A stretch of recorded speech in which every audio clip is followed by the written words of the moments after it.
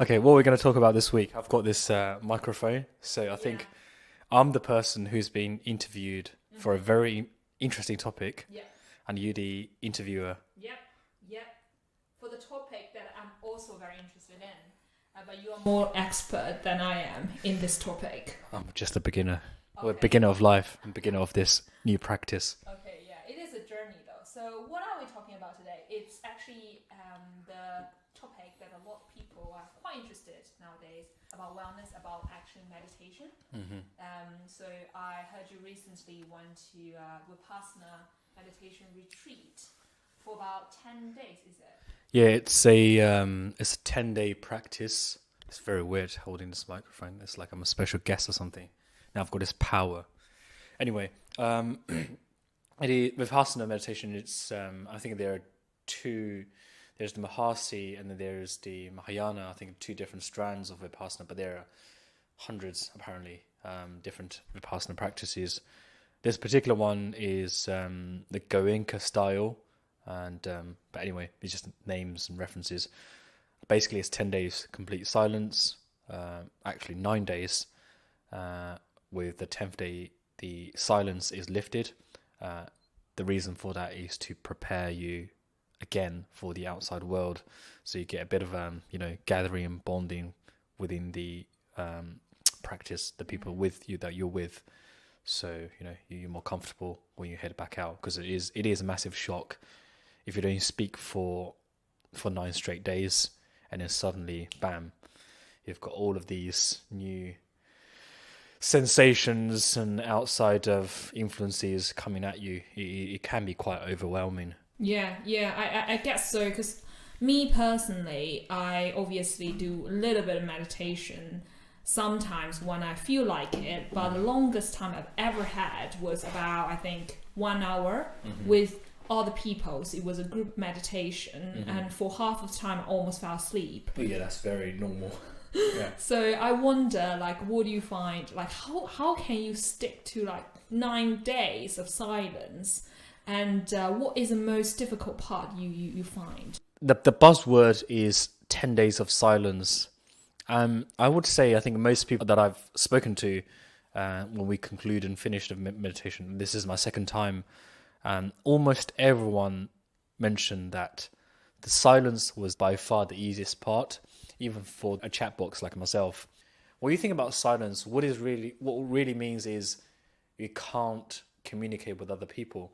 But in reality, even if we're having some quiet days, quiet times by ourselves, the mind is still wandering. They're still thinking about this, thinking about that. So the mind itself is busy enough to keep you occupied and busy if you let it. So that's the part where most people think, oh, it's 10 days of silence. It is quite far apart from that, because stripping away all of the usual disturbance, the distractions, the Netflix, the Amazon series, you're left with much deeper sense of, I guess, the more inner voice. They do come out as the surface level of thoughts being swept away, or they become dissolved is the phrase that we often use. You then start to find, okay, there's so many things that's stuck underneath in my thought, in my deep thinking brain, in my subconscious. And then you realize, actually, wow, it's not quiet. There's no quietness at all. The reason why they want to maintain this silence is because it's purely for the meditators. Because what happens is, when you start to communicate with other people, there are a couple of problems. Number one is that meditation is, this particular type of meditation is very much about understanding the bodily sensations that you experience along with your thoughts. So every time when you feel a happy experience, you get a happy sensation. And when you're having a conversation with people, it usually is a sensation-driven experience. For example, when you have a really good conversation with someone, or communicating with someone, you feel lifted, you feel motivated. Or you have a bad conversation with someone, you feel deflated, you feel horrible. And what that does is it creates what they call sankharas, basically sensations or conditioning. I think that's the right phrase for it. the conditioning of the everyday life, the everyday experience. When we like an ice cream, we eat more ice cream. It makes us feel happy. We want more of it. And everything that we do basically is furthering our conditioning in the everyday world. So what they're trying to do here is not only we're going to eat very simple 斋饭, vegetarian foods, but also cutting out the communication part where you're not building any more ideas and conditioning in this training process because you're trying to purify yourself. So that's I wouldn't say challenging, but I think each to their own. I mean, different people find different parts difficult. I feel like if you are lost in a lot of time in daily life, we're actually lost in our own thoughts internally. Apparently, I think I was reading Sam Harris' the book Waking Up, and he said something like more than 50% of the time, or some sort of the number, that most people drift off from the thing they should be concentrate on.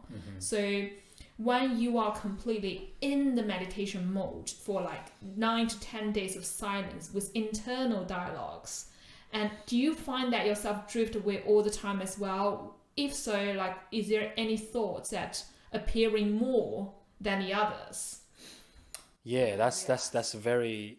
I mean, that was something I was trying to observe this time, because the first time when I did it, it was really just learning how to meditate. This time is actually being more mindful of the daily thoughts, because there are two different. I mean, I wouldn't say on practice and off practice. The on practice for me was to be in the meditation hall, actually sitting legs crossed and observing the breath or scanning the body. And that's when you're switching on doing the actual practice.